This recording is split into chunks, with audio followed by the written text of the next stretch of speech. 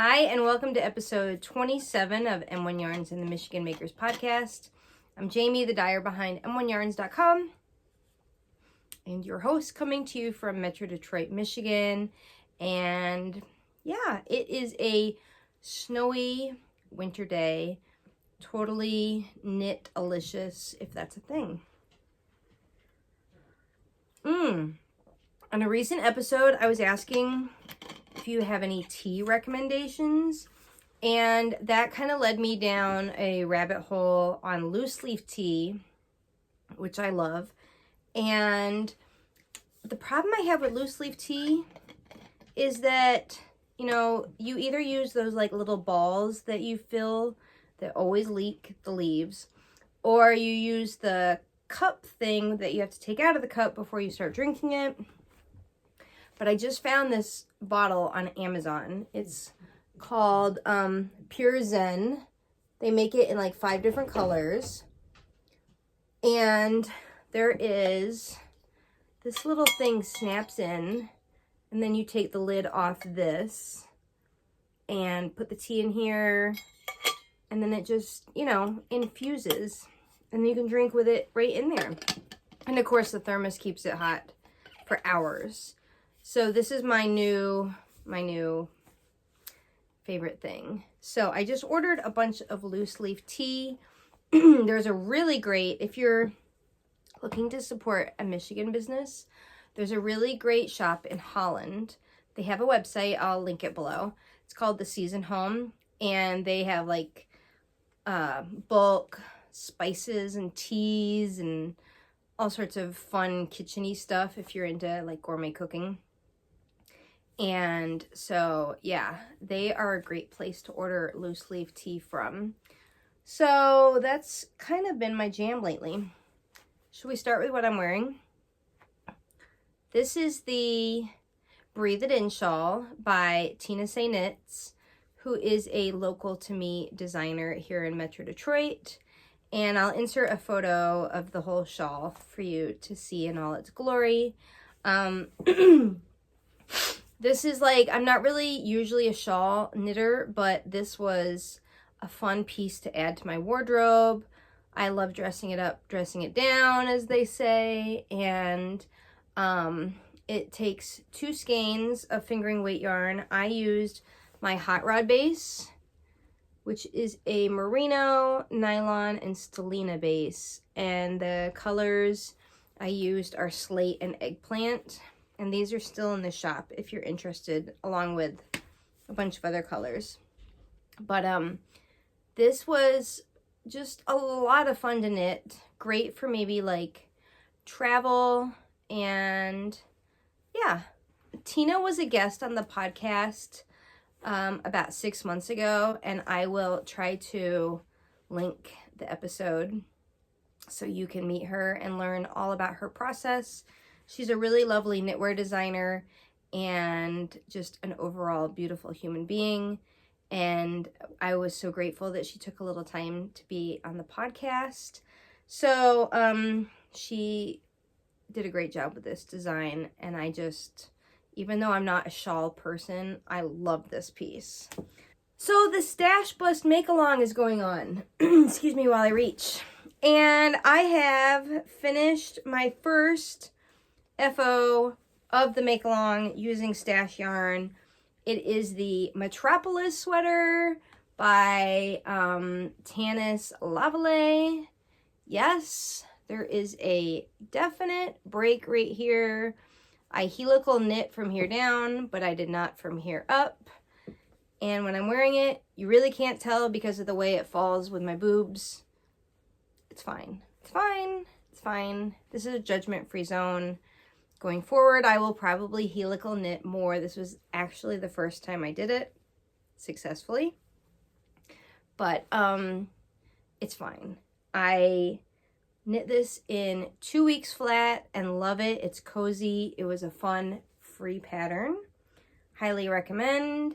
And yeah, I've loved seeing everyone's stash busting makes using the hashtag on Instagram. And so I just love knit-alongs, make-alongs. This is a make-along because you can knit or crochet any pattern. The only rule to this is that you use stash yarn. So yeah, this was great. And now that I've finished this, of course, I had to cast on a new pattern.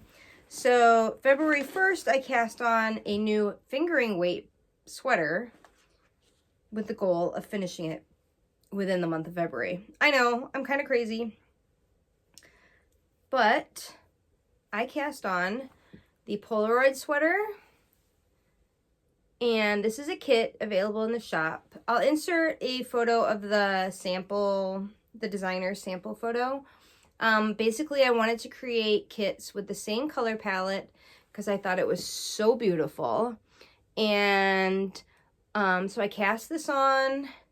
I'm loving it.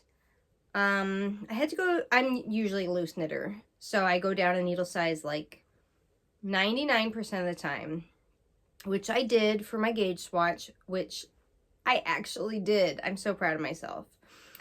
But I got gauge right away, stitch gauge and row gauge, so I'm super excited. And if you've never knit color work before, this is a great pattern. It's super easy and fun, and it keeps you like just enough engaged that you're not just like totally zoned out, but you can easily get into a rhythm where you know for that round exactly what you're doing. I'm loving it. So I'm hoping to finish this by the end of February, which I think I can do. I think I can do, except for the fact that I have a whole other project that I really want to finish. And that is the 9 to 5. That is the 9 to 5 bodysuit by Mezzo makes. I am nearly done with the first sleeve. I put the stitches on my S.O.S cords, with which, if you're not familiar, I'll link to a tutorial video, but the product is in my shop. I used the hell out of these cords for this project so that I could repeatedly take the stitches, put them on the cords so they wouldn't be on the needles, so I could do a fitting, because not only am I trying to get the sleeves absolutely perfect, which so far they are, but I had to get the hips perfect. I had to get the crotch perfect.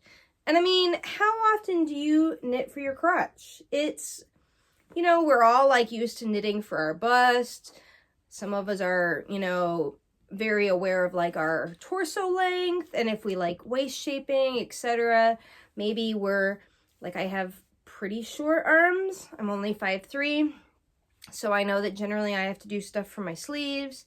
We all know these things if we've knit a handful of sweaters, but not the crotch. You gotta get the parts right. So so I've been doing lots of fittings, which means putting the stitches onto the S.O.S cords. What else can I say about this phenomenal pattern? The pattern gives you an option for a short sleeve with like a little flouncy edge, or a long sleeve, which you just knit straight. I've done just maybe 3 decreases on the sleeve because I wanted it really fitted all the way down. And then it says to do an I-cord bind off, but I really hate doing that and I'm not a big fan of the finish. So I think I'm going to do a ribbed cuff, which is why basically the nearly finished sleeve is on S.O.S cords, because I'm going to come back to it at the end when I have done the second sleeve. But I love this so much. I love the fade. I love the colors. I love the pattern. I love the fit. I love, love, love. So, as much as I love my Polaroid sweater, I'm really tempted to just finish the bodysuit and then return to it. So I think maybe once I get through the color work on the Polaroid, maybe I'll treat myself and finish the bodysuit and then finish the sleeves and torso on Okay, it's a whole plan. I don't know if you're like me, but you got to plan out your knits. It's definitely a project. This is why I knit. So I don't know if you saw the recent episode with my friend Gwen, but she came over. We went yarn shopping. I bought some yarn that I'm super excited to knit with, and I really want to cast it on soon so that I can wear the sweater while it's still winter, because it is 70% Angora, 30% wool, and just such a gorgeous jewel tone. It's Annie Blat. I have a whole 10 pack. So that might have to go on the needles very soon. And it says it's sport weight, but I'm thinking it's going to bloom. And I want a long sleeve, top down seamless sweater. I have a few ideas, but if you have any recommendations, I'm totally open to them. In other news, I don't usually love to cook, but I like to eat healthy, and I would consider myself a foodie. Maybe a year or so ago, I got an Instant Pot, and I really struggled with it. And then a girlfriend of mine who loves hers told me, oh, Jamie, you just need this one cookbook. You're going to love it. It's flavorful. It's got great instructions. You can't mess it up. So I bought the cookbook a couple months ago, and let me tell you, life altering. I cook out of this cookbook at least once a week. The other day, let me find what I made the other day, because I've got it earmarked to what I'm making tonight,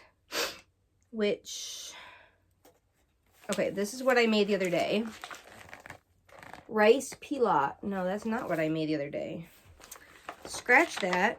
Oh, here we go. Jollof rice with shrimp. Jollof. I'm probably mispronouncing it. It says it's a tomato and rice dish popular throughout West Africa. For our version, we use fragrant basmati rice and flavor it with garlic, curry, and dried thyme. Shrimp give the dish substance and make it a light meal. It was so good. And tonight I'm making something that I've made probably a dozen times and cannot get sick of it. It's brown basmati rice pilaf with spiced beef and green beans. And let me tell you, so good. The Persian dish known as lubia pulao, or green beans and rice, served as the inspiration for this recipe. Let me just tell you, I am so into cooking right now. I don't know if it's winter. I don't know if it's the pandemic because we're not eating out as much. I don't know what is going on, but I'm all about it. So, highly recommend. It's called Milk Street Fast and Slow. I got this, obviously, on Amazon. And, yeah, so other than knitting, cooking is really my jam lately. And so, I thought as something fun, I would start telling you guys, like, what other creative or yummy pursuits I'm up to on the podcast, and maybe you can share with me what you're up to. Let's see what else. I have a shop update coming soon. It's going to be probably heavy on the mohair because I've gotten a lot of requests for more mohair in the shop. And let's see what else. Oh, a big thank you in advance to my patrons over on Patreon whose financial support make it possible for me to take this show on the road. And the next episode coming up, I've got a really fun interview with someone in downtown Detroit that you're going to love. So if you're interested in becoming a patron, there's lots of perks and goodies that you get for doing so as a thank you for your financial support of this channel. So I will link it below. Please take a moment to check it out. And be sure to click the notification bell so when I drop the next episode, you will be the first to know. And I hope you all are staying warm. It's snowy. It's not that cold, I guess. I mean, I haven't really been outside. But I kind of don't mind because I'm rambling. It's knitting weather. I'm so here for it. So that's pretty much all I've got for you today. Thank you so much for joining me. I hope you all are staying healthy and well. Let me know what you're cooking, what you're knitting, what you're enjoying in life, and I'll see you next time. Bye!